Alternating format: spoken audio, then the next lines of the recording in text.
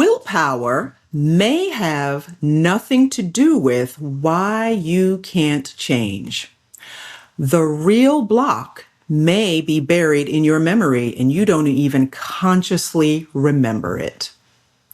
Today, we're going to be taking a deep dive into the subconscious mind with rapid transformational hypnotherapist Alix Hembery, who is trained by the legendary Marisa Peer. By the end of this episode, you will understand what limiting beliefs actually are, where they come from, and how hypnotherapy rewires them at the root, and why this work can pair so powerfully with psychedelic therapy healing. So if you've ever felt stuck despite doing all the work, this one is for you. Alix, welcome to the expansion room. Thank you so much for having me. You are so welcome. I'm glad you're here for this conversation. So let's set the stage, right? Like, what was it that brought you to hypnotherapy? Truth be told, I was a client for traditional talk therapy for years, seeing different therapists. And it took 1 week where I was scheduled with 2 various therapists for 3 appointments. Oh, wow. Yes. I had my own therapist, my couples therapist, and the couples therapist had asked me to see me independently. Okay. And it took that for me to go, something is not working. Whatever change it is I'm trying to attain isn't happening. And so I started looking for different modalities, and I came across hypnotherapy. And cliche as it sounds, it completely changed my life. There you go. There you go. So what did you first notice when you say it changed your life? What was the aha once you had hypnotherapy? So, one of the major differences that I found is that traditional talk therapy collaborates with you from a conscious state of mind. Yes. And so it's a lot of saying how you feel, what happened to you, kind of almost rehashing the same thing kind of week in and week out without really seeing any change.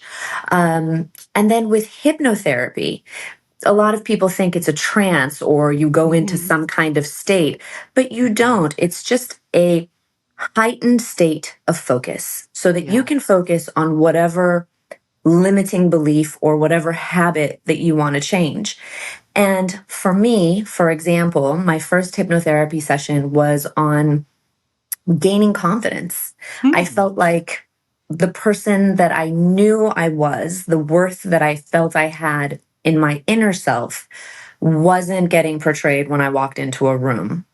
And so when I had the hypnotherapy session and it came from a subconscious state of mind, it really helped me understand this is why I get nervous. This is why I stutter. And once I understood it, because going back to the fact that knowledge is power, once I understood it, I could change it. Right. Oh, lovely. And so what does the science say about hypnotherapy and the brain that maybe most people don't know? That's a great question. 3 main things happen in the brain under hypnosis.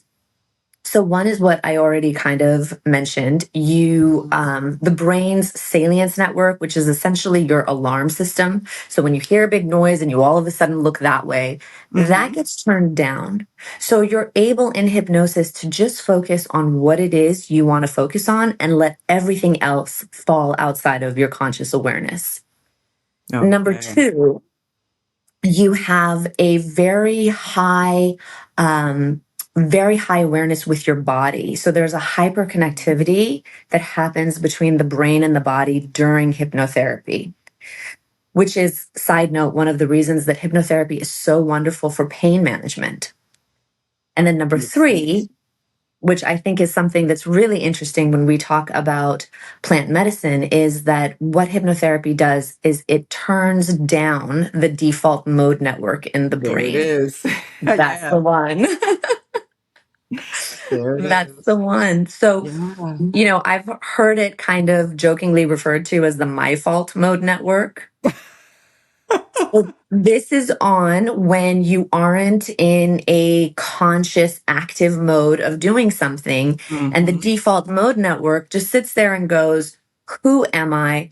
Am I the person that grew up to be the expectations that my parents had of me? Did I do well today? What do people think of me? Where do I belong in this world?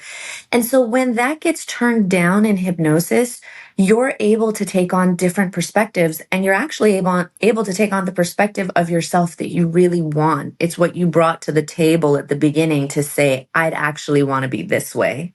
Exactly. You can actually see yourself. I had, when I did my thesis for my master's degree, Mm. I talked about being able to see ourselves the way God saw us or sees us. Yeah. Yes. Yeah. Yes. I love that. And it's one of the lines that I use quite commonly in the transformational part of the hypnotherapy session is that you see yourself the way you want to be. There you go. And I've always said, for those that are not very religious or spiritual, the higher self doesn't have to be that. It just Mhm. has to be the part of yourself that is whole, that That's has it. all the answers. That's right. Yeah. Exactly. Oh, I love it. So, limiting beliefs, Mm. where are they born? How is it that they wreak havoc on our lives? Right? So let's define that clearly. Like what are limiting beliefs? And then where do they get born out of? Yeah, that's such a good question. So, limiting beliefs are any ideas that we form about ourselves, about the world, and about how we fit into the world. And mainly, they are all created for us by the age of 8. Yeah. Obviously, some traumatic things may happen throughout your life where even as an adult, you start to get limiting beliefs. But for the most part, Mhm. when they say that children are sponges, that's exactly what's happening. They Yep. don't have critical reasoning. Okay. Their brains are in it's called dominant theta brainwaves. And so everything you say to children, everything you speak over them, anything that happens that they're around, they just take that in to be who they are. And Yeah. so, unfortunately, and don't get me wrong, during those key years, fantastic beliefs are also put into us. It's not always bad, Right. but that's normally where they originate from. Yeah.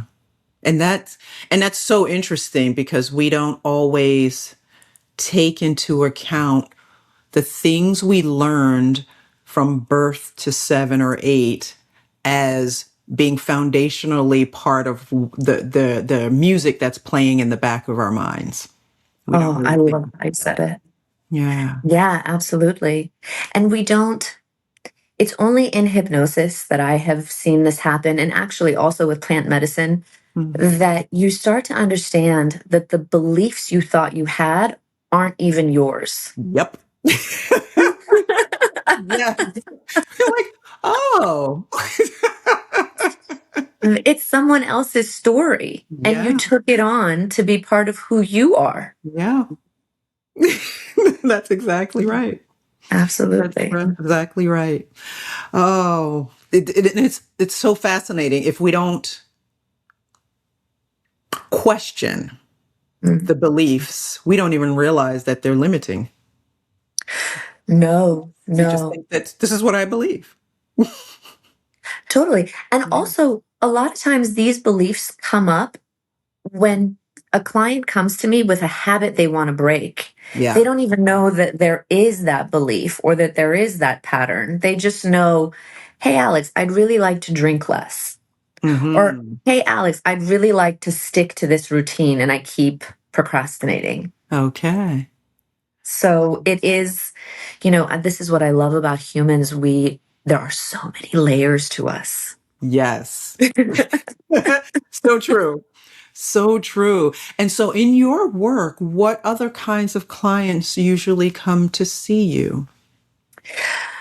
It is such an array, which I love. So you have clients that have very surface kind of things that they want to deal with. As I said, I literally, after you and I speak, I have another client who exactly wants to do that, drink less. Yeah. There's no alcoholism, there's no alcohol dependency, but wants to be healthier. Yeah. So you have that. And you also have people that come with very, very deep abuse. And so they know that they're not living the life that they want to live. They're not able to make the connections, they're not able to have the success. And they'll tell you from a conscious perspective, I know it goes back to. Ah, okay. Yeah. Yeah. So in hypnotherapy, we do go back, and oftentimes it's actually not what they say from a conscious point of view, but it doesn't matter because we're in the session and we go back and understand, okay, when did this happen for you? And now that we know, we're going to rewire. Beautiful. Mhm. Beautiful. Do people ever come up with like almost like stepping into past life stuff with your work? It's interesting. Sometimes that can happen. Hmm. Sometimes you have people that are coming up with a memory and they're saying, but I'm not sure. Yeah. And for me, it doesn't necessarily, what's important is how that scene made them feel, Yes. because that's Doesn't the matter where seed it that came they're from. carrying. Yeah. Exactly. Yeah. I would Exactly. bet. I would bet. Wow. Okay.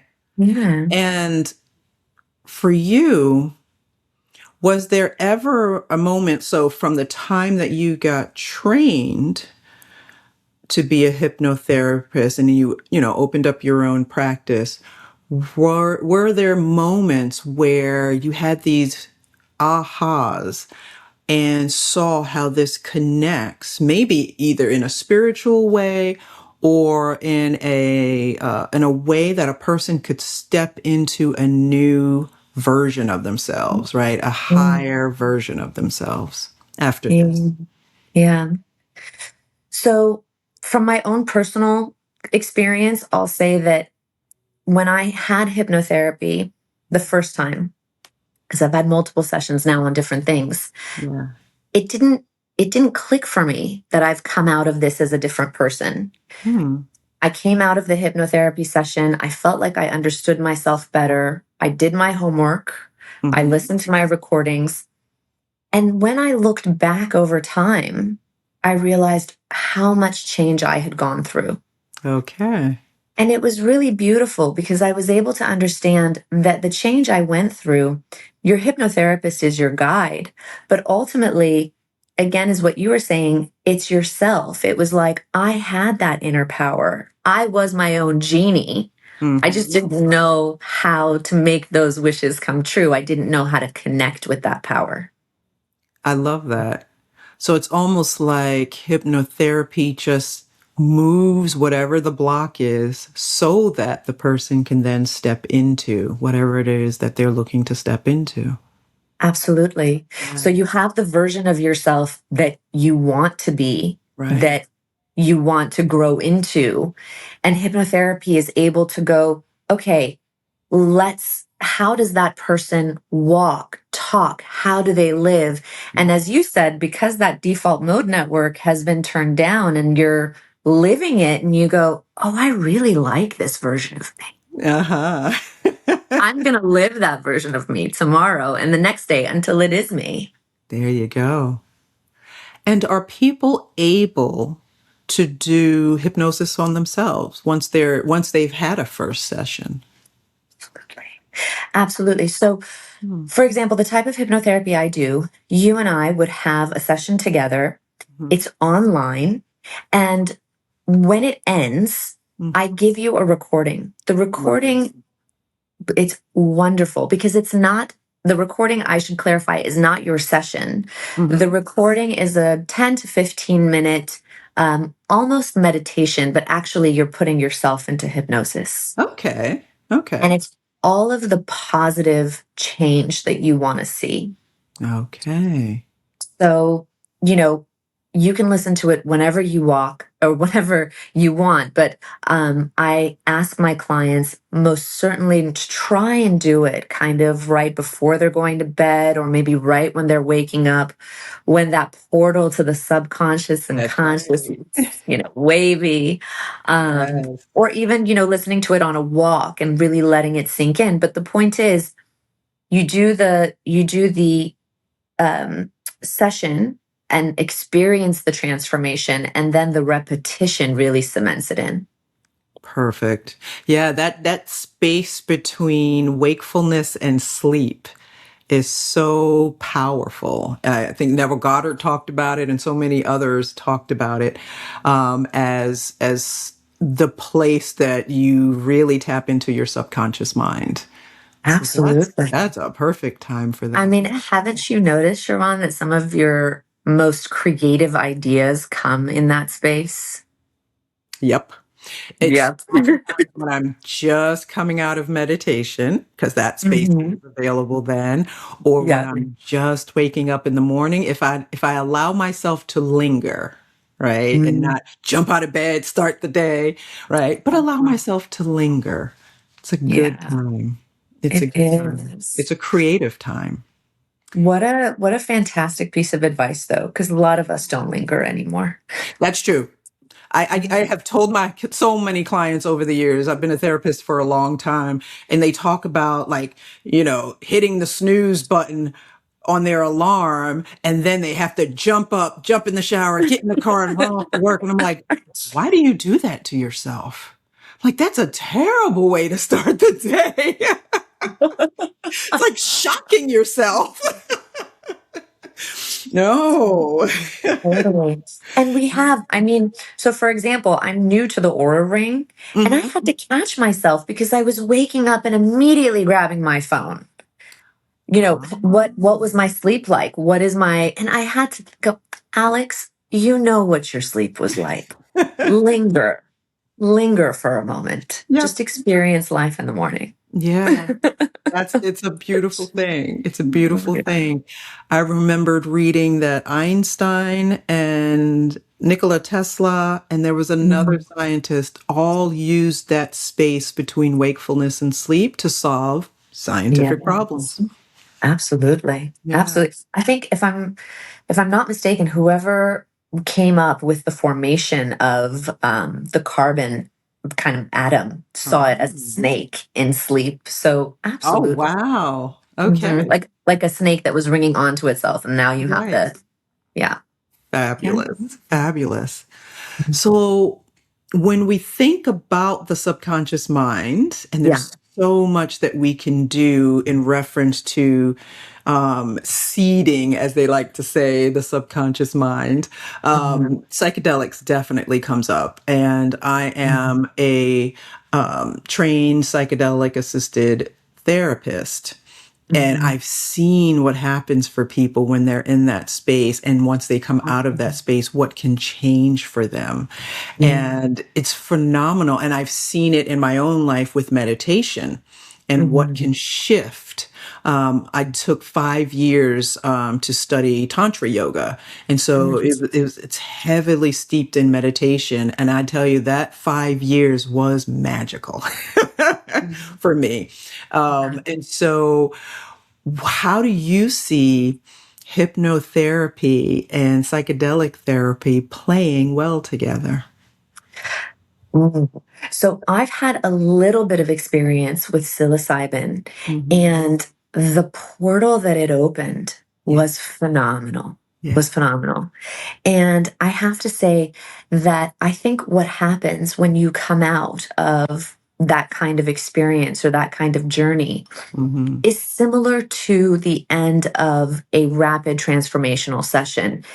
If you don't go back for the repetition, for the work, Yeah. then it's like you've had this amazing experience, but then you go back to regular life and being a hamster on a hamster wheel. Yes. So I think if I live in California, and um, I don't think that psilocybin is, yet kind of legal here under a doctor. Mhm. But I think that would go so beautifully hand in hand, where you are able to really access yourself spiritually. Even if maybe you're not a spiritual person, some amazing things can happen. Indeed. And then follow that up with hypnotherapy, with the repetition. Agreed. And what's so lovely about, at least the way that I was trained as a psychedelic assisted therapist, was to include integration. And integration is that follow up for that modality, right? It's Mm, not you go and like take a bunch of mushrooms or a bunch of whatever the medicine is, and you go off and live your life. You need to process what you've experienced. You need to talk mhm. about what you've experienced, but even more importantly, what you can take away from that experience. What Yeah. do you feel like you can now let go of in your life? Mm, What seems easier to let go of and maybe even easier to step into now that you've had yes. that experience, you know? And so the integration is far more important. Like you're saying, it's like the work Mhm. after is far more. Mhm. People take mushrooms and go party all the time. They don't have That's not what we're talking about. exactly. That is Let me not going to get you there. let me ask you a question. When you work with patients, do they have, is it like a microdosing where you do this with someone kind of weekly or bi-weekly, or is it one kind of solid experience? So it's one solid experience. So I was trained to work with cannabis as a Mhm. psychedelic and psilocybin as well. And I can't wait to go back for MDMA when I get a chance. Yeah. But yeah, so it's more of a macro dose.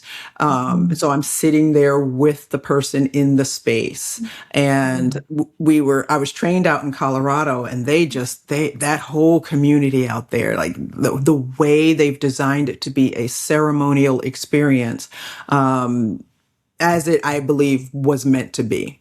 Yeah.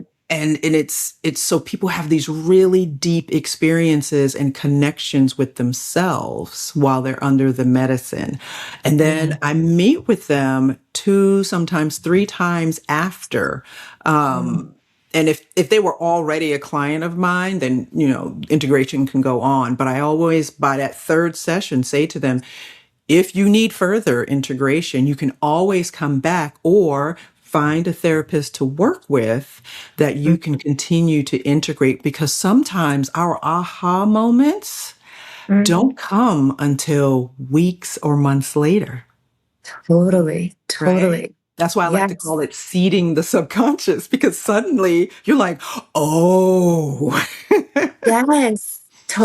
Absolutely. And I think that's where, for example, for your clients and for your patients, they go through that beautiful journey. And then on the other end of it, self hypnosis would be wonderful. Because yes. if they journaled after the journey and said, here are the things that made me feel exhilarated Mm-hmm. under those psychedelic drugs that are actually true to what I want.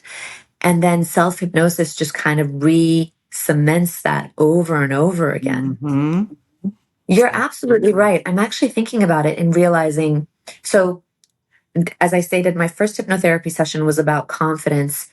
My second hypnotherapy session was about, I was experiencing secondary infertility. I didn't know that was a thing. I found out later. And Okay. eventually I had my second baby. And it took my aha to go, wait a minute. Yes, the hypnotherapy is wonderful, but I didn't know I have that power. I actually Mm. have that magnificence. And as you said, the hypnotherapy just allowed me to access it. That's right. So Yeah. now that I know myself better, I mean, in times of stress, in times of anything, it's much easier for me to sit with myself than before. There we go. There we Yeah. go. It's a powerful practice to access your own subconscious mind, Um, you it know? is. And It is. I don't think I definitely believe more and more people are waking up to that fact and wanting to step into these kinds of modalities, but I don't think there's enough of us doing that yet. Yes. And I think this is why I'm on my kind of quest to talk about hypnotherapy so much, Yeah. because most people I talk to have no idea what it is. Yeah. Or if they've heard anything about it, they relate it to kind of stage hypnotherapy, which I despise. Yes. Yes. And so I always find that I'm kind of, climbing a hill of trying to explain what it is. You won't be in a trance. I can't Hmm. make you do anything you don't want to do. I'm not going to make you cluck like a chicken. Exactly. And it's so sad because hypnotherapy is actually the first ever recorded experience between a psychotherapist and a client where something positive came about. Right. And it's 250 years old, but unfortunately it got hijacked by these college stage shows. Yes, exactly. I remember being told that, and I was like, oh, it was actually linked to psychotherapy in the first place. Yes, yeah, it's so It's beautiful. very similar to when I found out what MDMA was originally used for. It was used for couples therapy, Right. right? And Yeah, I'm like, wait, the party drug was used for couples therapy? Yeah, that was one of its original uses. It had a couple of other uses as well, but Mm. it was used by couples therapists to help aid a couple in moving down the path to more of a harmonious relationship. But that sounds amazing because It's so if you amazing. are going to cross a bridge, you want to cross it just thinking about the love you have for each other and not just hashing up every resentment that's ever existed. Exactly. I always say to my clients, energy flows where your attention goes. And when a Yes. couple gets mired into resentments over the years, that's all they're starting to see Yeah. rather than what's really good. What is Yeah. still good? Right. And so, yeah, it does help you to kind of shift your perception. Yes. Yes. So yeah, I love how these two could play well together. Absolutely. Mm. Absolutely. And the wonderful thing is, I think in speaking about all these modalities, I love that people are awakening to the fact that there's more out there, Yes.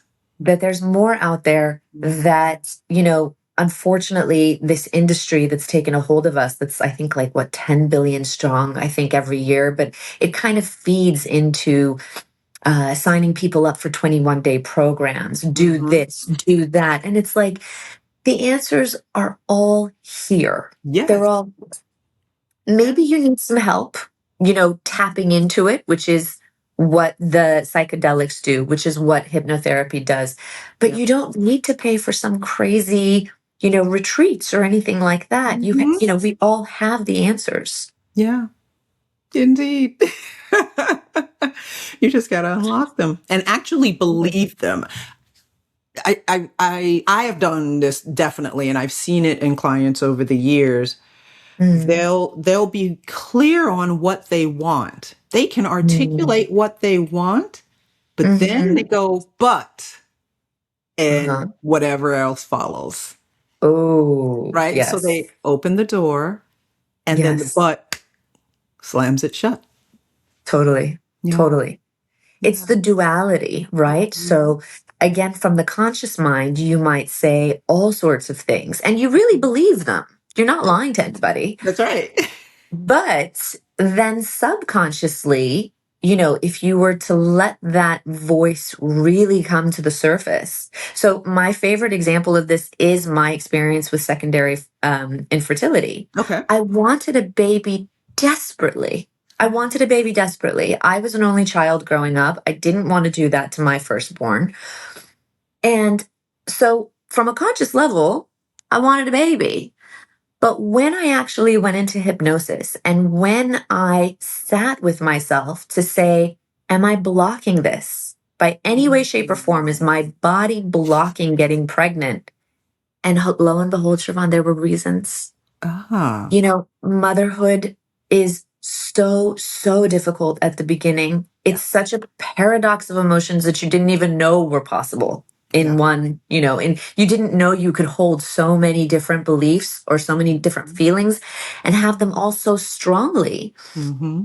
I was in love with this baby. It was a pure bundle of joy and innocence and love. But I was also mourning and understanding that I would never be that woman that I was before my child again. And I wasn't ready to let her go. I hadn't understood that that was what becoming a mother meant. Mm-hmm. So it was only in understanding that duality that I was able to say, okay, how do I want to move forward? How do I take the but out of that sentence? There you go.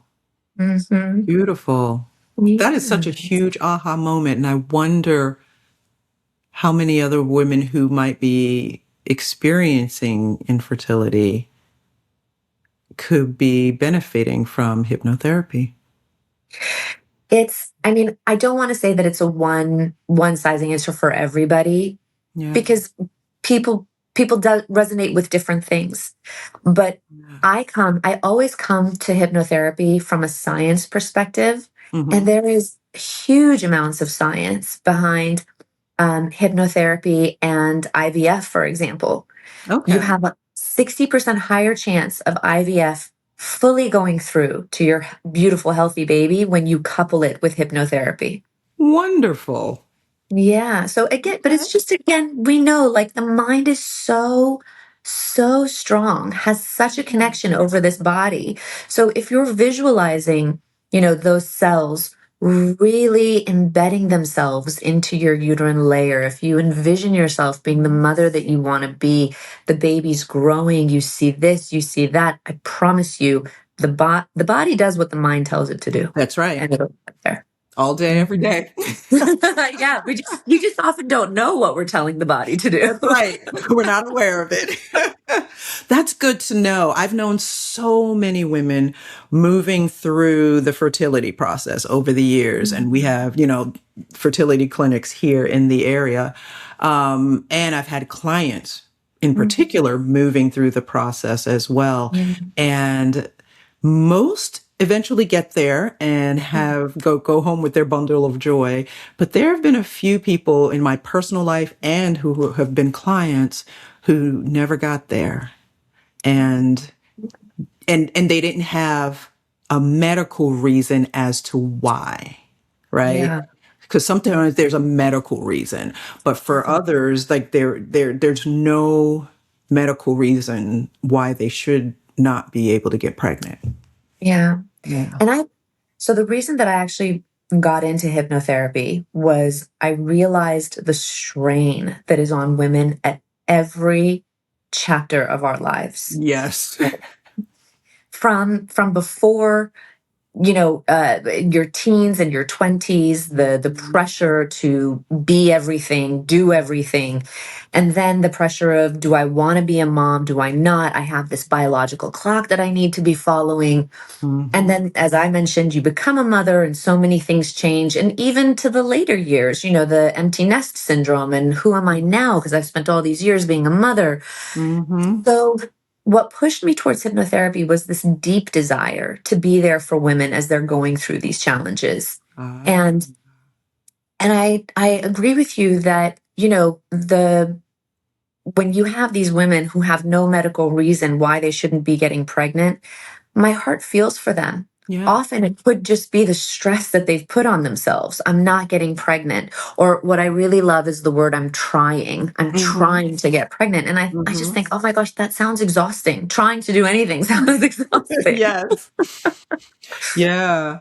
My favorite stories on this have been women who go through several rounds of IVF, they give up, they adopt a baby, and then a year later they find themselves pregnant. Yeah. Totally, totally. Mm. Because they stop and I can absolutely tell you from a personal place that that was nails on a chalkboard. When Mm. anyone ever said to me, "You just need to stop thinking about it. You just need to stop stressing about it." And it was like, Yeah. "Okay." Yeah. Okay. I mean, it kind of is like the whole thing with manifestation. They tell you to stop focusing on the thing you don't have and Yes. focus on the thing that you want. Do have. Absolutely. And it And seems that so was counterintuitive, but that is exactly how it works. totally, totally. And Yeah. in my hypnotherapy session for the infertility, when we talk about the recording was all about this love that I have for being a mother. Oh. So it was focusing on the fact that at the time, I really kind of came to terms with myself to say, if one is all I will ever have, Mhm. then I've gotten to experience motherhood. How lucky am I? And in that place of gratitude and feeling blessed and surrender, I was pregnant in 2 months. Woohoo! So, I so love it. I love it. That is beautiful. yeah. You described hypnotherapy as a way to not just understand yourself, but to be able to take your power back. Yeah. And I love those words, right? So, kind of walk us through, what does that mean for you? Take your power back. What is that transformational process, especially when you're empowering women, as you were talking about Yeah. earlier? It's understanding that the life we're living is not who we truly are. Mm-hmm. So many of us Yeah. were told who we are, especially as women. We were told who we are. We were told where our worth lies. And so as we grow up, we try to be the perfect daughter. We try to be pretty enough, smart enough, submissive enough, Yep. assertive enough. You're all over the place without really understanding who you are on the inside, Yeah. that your worth is just in being, not doing. And so when I say that I want women and men, I've had clients that are both, but when I say that I want you to tap into your power, it's to understand how magnificent you are at your core Yeah. and to really just wipe away the years of other people telling you who you are or how you're limited. Amen. Mm. You said the word submissive, and I remember growing up in the denomination of Christianity. I Mm. was raised in Pentecostal tradition, and that was kind of sometimes overtly spoken and not so overtly spoken. The woman's place. And I Yes. remembered thinking, this sounds crazy. I gotta do what? Submit. That word really would get my whole thing going. I was just like, Yeah. I don't know about that. Isn't it so interesting though that who you are, that light that we see in children, that Mhm. beautiful, we call it innocence, but it's really who we are, Yeah. that knew very early on, this doesn't sound right. All right. this doesn't resonate. But, our conditioning tries to get it out of us. Yeah. Well, because Indeed. as a child, obviously, this isn't something that you consciously understand, but you know that your survival is based on the acceptance of the people around you, your That's right. elders. That's right. Totally. So you're going to do as you're told. You're going to make sure that whoever is taking care of you feeds you, loves you, protects you. And Hmm. that may come at the cost of who you are. You Because are. if you realize you've got to jump through this hoop to get them to show you affection, you'll do it. Yeah. And many of us become people pleasers behind that. Absolutely. Yeah. Yeah. Yeah. Yeah. Wow. What would you want someone to know who has never done hypnotherapy but might be considering it? Okay. I would say this: there are no negative side effects. Yeah. There are none. The worst thing you might say is, I didn't feel like it worked. I have never come across a single person that has said that. I will put that out there. But that is the worst case scenario. Yeah. Unlike, unlike medications, for example, that have side effects, obviously surgeries, a lot of our current culture is about, ingesting, injecting, Mm-hmm. making an incision. Hypnotherapy works in a way where it can give you fabulous results, but at the worst, if you are part of the very small percentage who are highly not hypnotizable, you just come out of it and go, it didn't really work for me. Yeah, there you go. And then I guess, what is the percentage of people that are not hypnotizable? So 20% are not hypnotizable at all. Ah, okay. That's 20% bigger are. than I thought it was. Yeah, yeah, yeah. But I will say this. So I have had clients that really have a hard time in terms of, falling into that heightened state of awareness and focus. However, on the other side, they still say it was really helpful. Yeah. They still say it was really relaxing and helped me relieve my stress, gave me tools that I can use. So I've never come across anybody that said to me that was a complete waste of my time and I wish I hadn't done it. Okay. That's Yeah. awesome. I don't think Yeah, there are like many that. doctors that can say that. Yeah. Okay. I love it. Well, the work you do really aligns with what we talk about here in the expansion room, because it's really about taking that deep dive inward rather than everything being outward Yeah. focus, And so Yeah. I truly believe this is an episode that would be so much a benefit to those who watch the expansion room and listen to the expansion room. So thank Oh, that's you. I good. really I'm so appreciate glad. you You're making the time to welcome. be here. You're welcome. And thank you again. This has been such a fantastic conversation. Yeah, wonderful, wonderful. Healing does not happen on the surface. It No. happens when you go underneath the story that you've been telling yourself or that you've accepted from other people. Yes. So, this is what hypnotherapy and some other modalities are all about. So, Alix, where can people find you? You said you do this work primarily online, which I think is probably helpful for most. Has it always been Yes. online, even before the pandemic? No, I mean, obviously, a lot of it was in person, but I have truly found that there is no major difference Yeah. in doing it online versus in person. And actually, online is very helpful because once the session ends, you're not driving to your house. You're Right. really able to just, we get offline and you're really Hmm. able to sit with yourself, journal immediately if you want to, Yeah. relax. So I actually think the online works better. But yes, I am online. And if you have any questions or any curiosity, I think the easiest way to reach me is on Instagram. Okay. So my handle there is the word align dot with dot Alix, and my name is spelled with an I, so it's align with Alix with an I. Wonderful. Thank you. I Yeah, just appreciate that. And we'll make sure that's also in the show notes. And if to my audience, if this episode or anything that we said in this episode has moved you, I would really recommend you take a pause and allow yourself to really think about what could you take a deeper dive into, or if you know someone who might need to hear this episode, I recommend you pass it on to them and say, hey, take a listen to this. I'd also ask you to leave a review on any platform that you tend to listen or watch this episode, because it helps us to get the word out even farther. So thank you. And take care of yourselves. I'll see you all back here in the expansion room. Thanks for watching.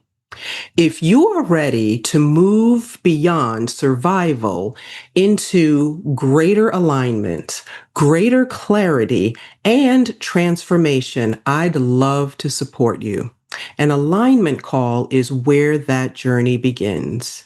Take a moment, click the link in the show notes, and schedule your alignment call with me, and let's explore what's possible for you together.